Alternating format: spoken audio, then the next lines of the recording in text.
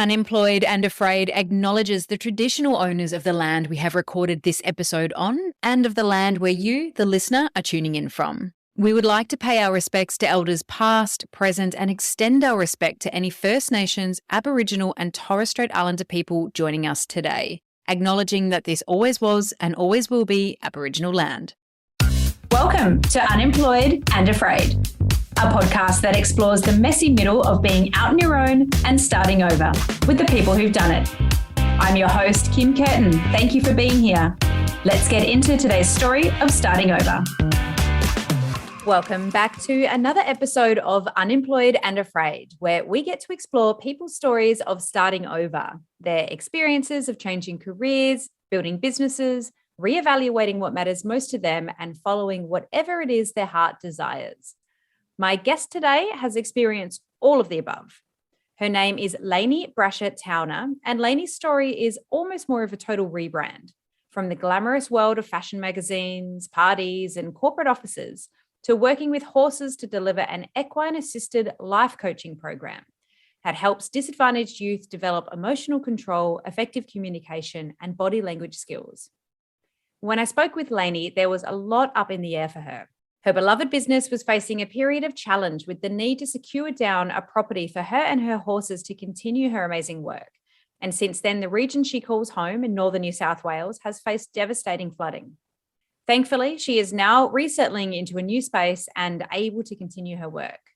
It can be a tough gig trying new things with a lot of unknowns, but I hope this story of starting over offers you some support and confidence to keep showing up for yourself and going after whatever it is you desire.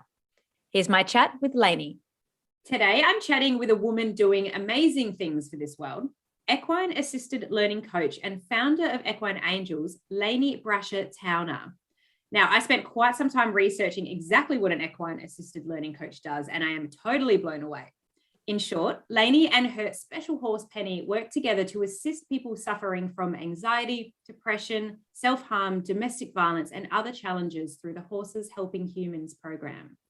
Through this program, Lainie and Penny, of course, are helping humans to create stress reduction, strong emotional health, to create boundaries, better self-understanding, emotional regulation, and body language awareness. They're creating beautiful experiences where horses and humans find a common connection through partnership and through respect. Now, not to give too much of this wonderful story away, but working with horses and humans in Byron Bay is a long way from the glamorous world of publishing where Lainie spent much of her career. Lainie, I cannot wait to learn more about you. Welcome to Unemployed and Afraid. Thank you. Thank you for having me. So great to have you, and just what an incredible thing that you are doing for this world. I absolutely lost myself doing research on your incredible career. But before we get into that amazing career story, let's break the ice a little bit. Tell me, how would your beautiful horse Penny describe you? I would hope that she would describe me as loving and generous and caring about her, fun, and what else? Pretty laid back. Yeah. That's a good way to be described. And you have a new horse, I've seen. I do. I have Bliss, beautiful Bliss. She's a very gentle black paint. And yeah, she's my big Western horse. So I've got my Rolls Royce, I call her, and Penny's my Ferrari. Oh, how beautiful. They're just both so gorgeous. So let's go right back. Let's go to who you were before you were the founder of Equine Angels and what your career was like. I always wanted to work in magazines. I remember, when I was probably 14 or something, or even younger, 12, I would just plaster my whole wall with magazines and fashion magazines. And I just thought of this now. I was obsessed with this editor called Grant, and he was an editor of men's fashion magazine. And funnily enough, like fast forward, I don't know, 5-10 years later, I was working with him, which is really weird. If you knew that I had his name on my wall when I was 12, I was obsessed with him. He's a very stylish guy, still is. So then my mum was actually in publishing in the sense that she was a writer, and she was writing for a new group of magazines that had come to Australia, a publishing house. They'd come over from the UK, these real cowboys. They were crazy guys. And she just badgered them to get me a job there. And I think one of them just went, oh, all right, yeah, she can start on Monday. Mm-hmm. So I was so excited. So I turned up and they're like looking at me. It was in Surrey Hills in this one big room. And they're like, who are you? And I was like, oh, well, I'm starting work here today. And they're like, oh, really? And I was like, yeah, you've employed me kind of thing. And they're like, all right, well, go and just like make yourself a job. So I did. So I introduced myself to the editors. They were on like teen magazines. Mm-hmm. So I got myself 2 phone books, like big back then, yellow page phone books. And I made that my desk. Like I stacked them on top of each other. I put a typewriter on top of it. And I called myself competitions coordinator and reader services. So I basically just created my job. And then from there, then I had a career in publishing from that point. Wow, that's incredible. What I can see your desk in my mind's eye. That is the cutest thing. It was really fun. Yeah, they were fun days back in the 80s. And where did that career take you? Where did you go from there? I imagine you weren't competitions coordinator forever. No, I moved then into editorial. So I moved into fashion. I was a fashion assistant for a while. And then I got a job working for a beauty company called Guerlain. And it's a French cosmetic house. I was there for a couple of years and I really wanted to get back into publishing. I missed magazines. And my manager there, her friend was a sales manager over at ACP, which was Kerry Packer's company at the time. He was still alive, very much working there. And I just ended up working there for this her friend in the sales department. Had no idea about ad sales, didn't even know it existed, but just said I could do everything and basically got the job. Couldn't really do anything, but I just said I could. And but I just it was really natural for me there because it was a sales role. So, I enjoyed that, but you also had to be creative because you're working with clients to create advertorials and all sorts of things, promotions for them. And then I just very quickly worked my way up through that with no formal training, really. It's just very much street smarts in that sense. And back then there was a publishing, digital hadn't emerged at that stage. So there was a lot of money, a lot of opportunity in that sector, and we were just there at the right time. It was so much fun. It sounds like such an amazing time to have been in media, and it's sad that time maybe has changed so much. I know. Like the best fun, and I imagine you got to go to some pretty cool parties, some pretty cool places with that kid. Honestly, like I literally lived on champagne and canapes every single night. Afterwards, I was over at ACP, and then I worked over at Vogue for a while. And when I was at Vogue, yes, they say, there was an opening for a lipstick, like there'd be a party, new lipstick color. And it was pretty much true. Every night. It was so fun. There was something on, and I ended up going over to Paris for Fashion Week. And I went there, I just had a great time. Lots of fun. What an incredible experience to have had, Central Sydney, working in mags, just having the best time. Tell me, when did you start to realise that maybe that glamorous publishing, fun, high-paced world wasn't for you? I would say probably in my late 30s, so around 40, I'd say. So, it was well into my career. I'd been doing that for nearly 20 years. And I just started discovering kind of new things. I was brought up in a very spiritual, it's a bit overused word now, but back then it was kind of very cutting edge, I guess. Well, not cutting edge, but, quite new. Mm-hmm. So I had the foundations of understanding about that side of life, and it was calling me again. So I just kind of started going to meditation groups. I then, discovered Ayurveda, which I love. And then I was a bit more curious because I was a meat eater and about eating meat and that kind of thing. And so it was just a very gradual occurrence, really. But the real moment when I thought really something has got to change here was I always wanted to live in Byron Bay because I've been going there for many, many years. And I came back from the UK. I was working over at Marie Claire as the fashion manager over there, and I got my job back over here on InStyle magazine. And literally day one when I started, I put a a map. I cut a map out of Byron Bay, like a cartoon style map, and put it on my board. You know, we all had our desk board.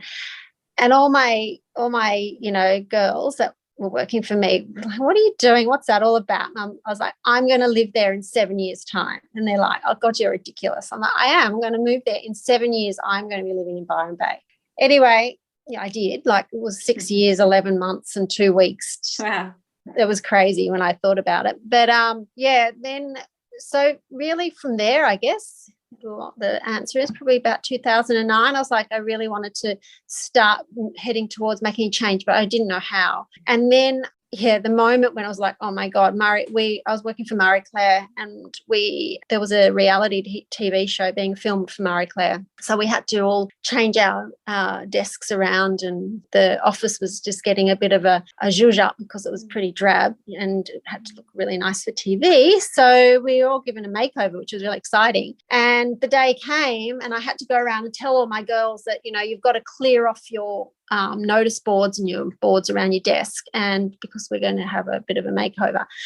So I was just looking at them all, and, you know, they had like beautiful pictures of Tiffany or, you know, Dior or Gucci. Like they had, you know, invitations, ribbons. It was all really beautiful, taking them down. And then I went to my desk and I had the map of Byron Bay was still there. I had a picture of Buddha. I had a picture of this man and a donkey that I'd saved somewhere that he wrote me a letter. I had a picture of a bear, a tiger. It was like, and there was not one fashion picture on the board. Wow. Not one. I was just, oh my God, this is, yeah. And that was about 3 years later that I left. What sort of steps did you take from there? I mean, that's a wonderful moment to be able to remember that it's a bit of a precursor to make a change, but then you've got the whole world of potential, which can be at times overwhelming, too much choice. Where did you go first? It was a really scary choice to make because obviously, you know, I had a career.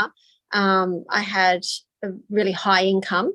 I also had a very high mortgage, expensive car, all the things that, you know, it was like, what am I going to do? Well, I guess, you know, it's a real, very cliched, but the universe did step in.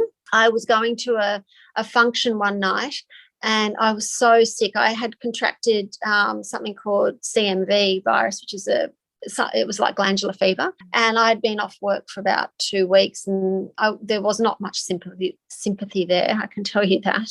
I was not treated very well. And I had to go and host a table at a big function, and I was getting ready in my bedroom and I was so sick, but I had to go, you know.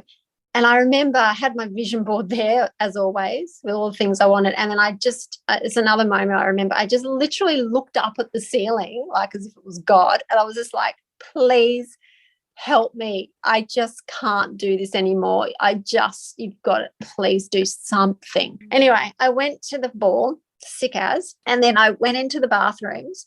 And my girlfriend was there and she had just come back from the UK, the one that had employed me over there. And she was working for my rival, basically. So we hadn't really connected that much because it was very competitive.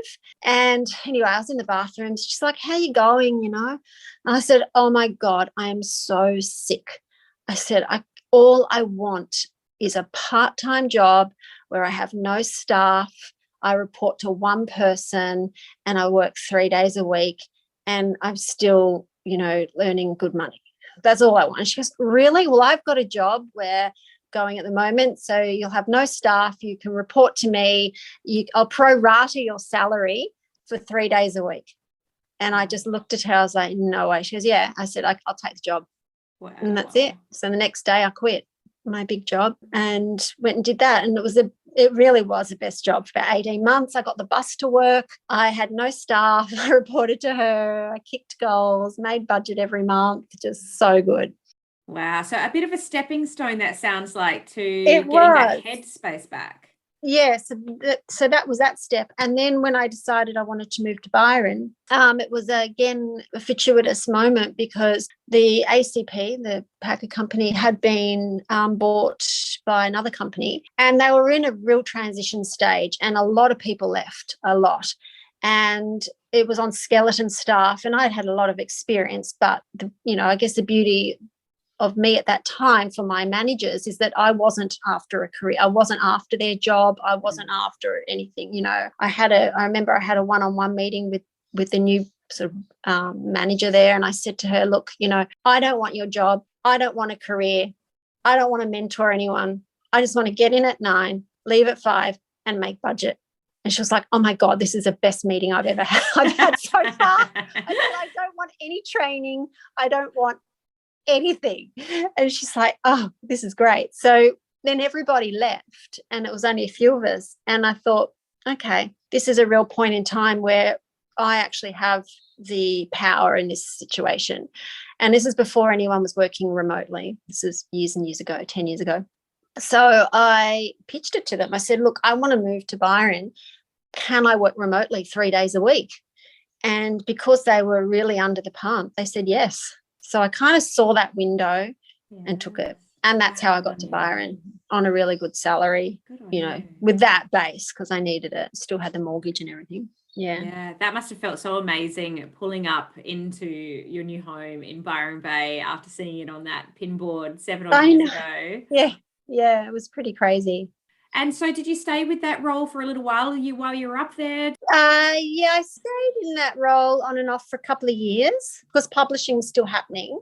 And then I got married, and my husband and I opened a real estate agency. So I moved out. I've never done real estate in my life. I bought and sold a lot of my own properties, but not working in it. So I opened an agency, which is huge, and moved into that. That must have been pretty overwhelming great to be able to do that with a partner, but it must be overwhelming starting a new business where you had no idea of the foundation. Oh, yeah. Like, in retrospect, if you ask me, would you do it again? Not in a million years. It made so many mistakes with it. Had a lot of wins. Obviously, we did really well. We sold a lot of real estate, and this is before the big boom. I had my first sale was a record-breaking sale. It was Pete's house, friend of ours, which is nice that he gave me the listing. I'll just, for the listeners' benefit, drop a last name there for you. So Pete Murray was the house that you sold. Wow. Yeah, Pete's house. And then that wound down. We kind of decided to get out of that, and we bought a property. We had a house in Byron, and then we bought a big 100-acre property in Byron, and it had a number of houses on it, and I was just really managing those. So that was my job for a while. And I can see your extensive sales skills would have come into that space. So be able to translate from publishing sales to client sales in a real estate space. Yeah, definitely. Absolutely. You're dealing with a lot of people, you're dealing with delicate egos. And I, having come from the sales side, having dealt with the creators of the magazine and the publishers, yes, you needed to be able to work with different types of personalities and see the cues and understand where to push, when not to push.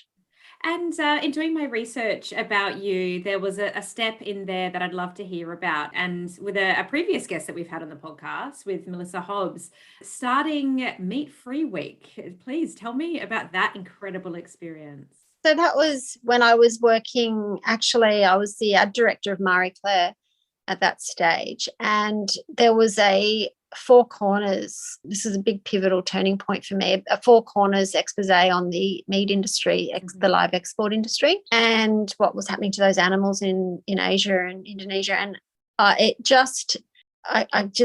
couldn't watch it.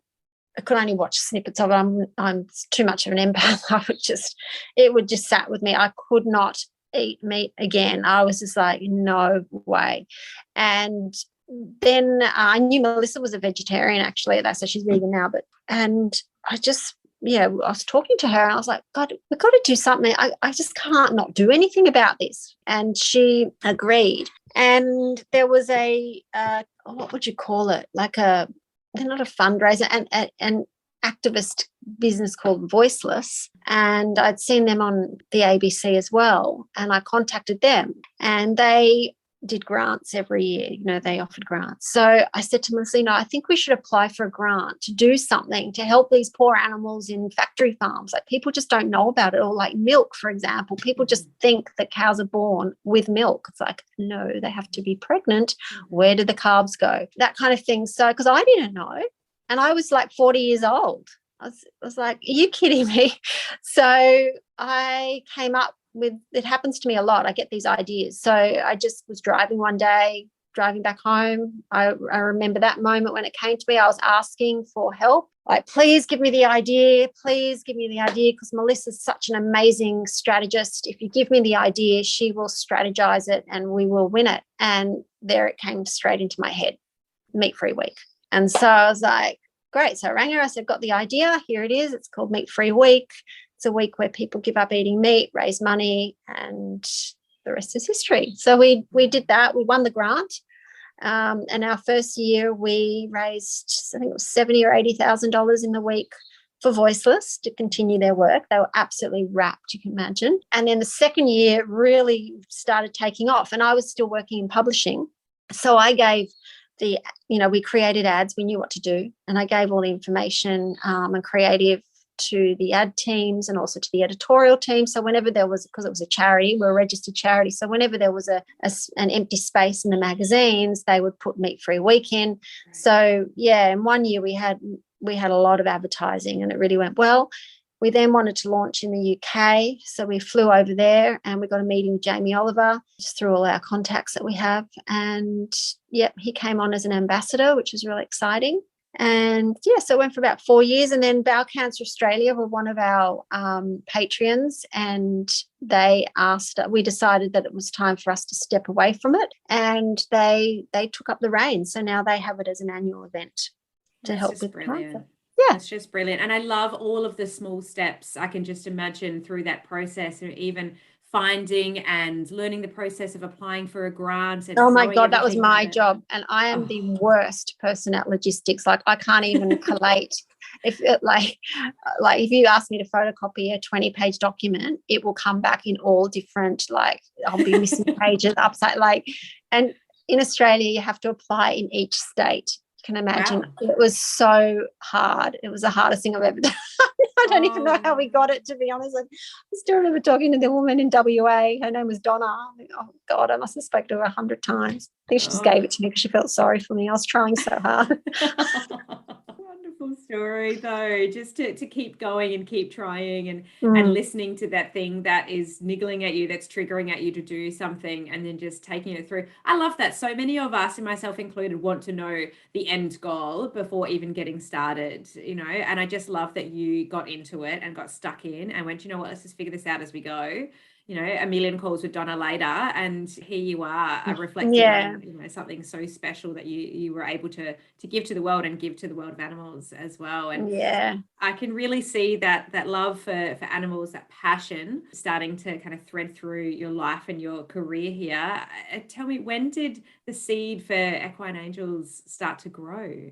Well, I always loved horses. I grew up riding. And then when I moved up to Byron and we bought the 100 acres, we had a girl living there, a young girl who had horses. We said she could keep her horses there.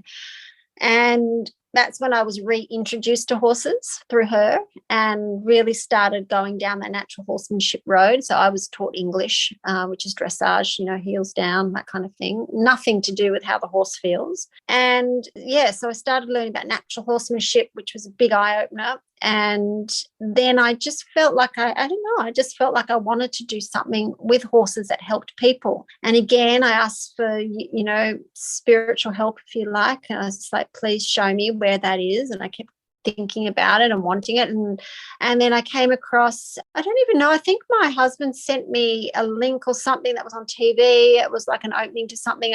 I'm pretty sure that was it, that Sue did, who's one of my best friends now, Sue Spence, and she had started Horses Helping Humans. So I went and saw her, and she's very much the type of person that goes, yes, you need credentials, but she also, you need to be a certain type of person, and she needs to like you, and, because you're working with animals and people. And she was like, yep, you can be a licensee for sure. So I did my training and got my certification. So it was just, it was quite an organic process. I knew it. It was just I just knew I wanted to do it. I can't explain how. Yeah. Did that training program take a little while?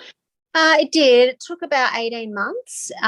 So there was a lot of hands-on work. You had to get your horsemanship skills up, which I had over about 2 or 3 year period anyway, because we had quite a number of horses on the property, and I started going down that natural horsemanship road. So, I was thrown in because a lot of them were off the track thoroughbreds. So, they weren't easy horses. They weren't, so I did get thrown in the deep end, which was really good. And then, so I did a lot of hands-on work with her, and then a little bit, not so much theory, but it's a lot of practical, Yeah. Mm-hmm. Yeah. Were there ever any times where it felt a little bit overwhelming or a little bit difficult learning this? Well, it is all the time, because you're dealing with, you're working with, dealing's not the right word. You're working with people with trauma, with challenges. So you need to really have boundaries, energetic boundaries. And you're also working with animals. So, I have to be respectful. I'm only working with Penny at the moment. And, she gets tired from it sometimes, and I have to keep my eye on her and make sure that she's well and happy. And so sometimes I do take a break because I need to, and then I'll get straight back into it.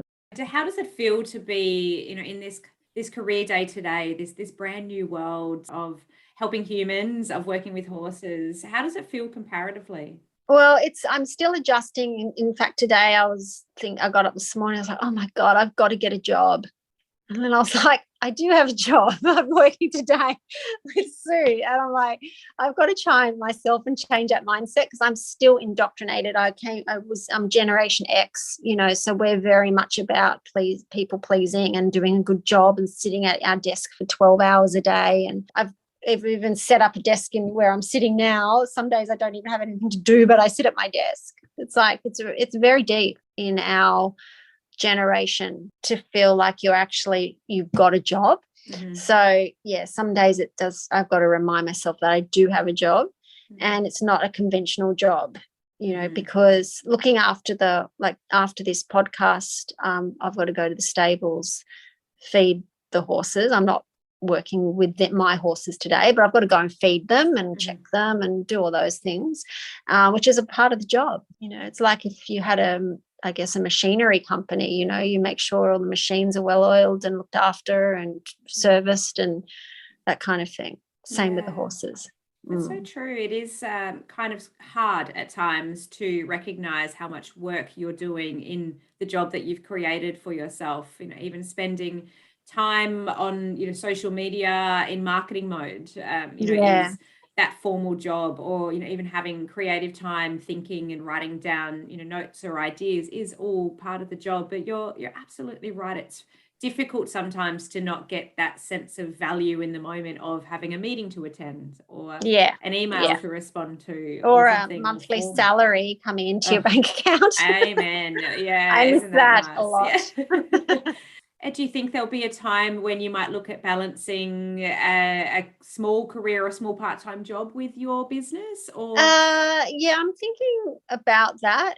I'm looking at a few other things, because I really like working in a team environment. So I think I would like to do that. I'm looking at that. So doing a bit of both. I imagine your work with the horses and with the humans, of course, is incredibly fulfilling, though. Oh, yeah. You have amazing, I tear up all the time. I've had, people really having emotional releases, and Penny is, she's such a special, not every horse can do it. She's just a really special horse, and people just love her, and she just brings that out in people. How do people find you to work with the horses? I'm on Instagram, Equine Angels Byron Bay, or Facebook, really. So I've got a Facebook ad that runs continuously. I get a lot of inquiries through Facebook, and I haven't really pressed the go button because I've only got Penny I'm working with at the moment. I really should have another 2 horses in work with this because it's quite taxing. But I don't have the facility or the finances at the moment to be able to do that. So I just let it kind of tick along at the moment, because I know if I really push the go button on it, there are so many people that need this assistance, and children, adults, lots of people. How, with this incredible journey of yours so far in your career, lots of twists and turns, but potentially, in hearing your story as you've explained it today, a lot of threads that run through that make a lot of sense. How do you know what the right next move is? Good question. I kind of operate really a lot on feelings and signs. So that, I'm trying to take time. I usually rush into things really quickly. Yeah. So now I'm just trying to just take my time.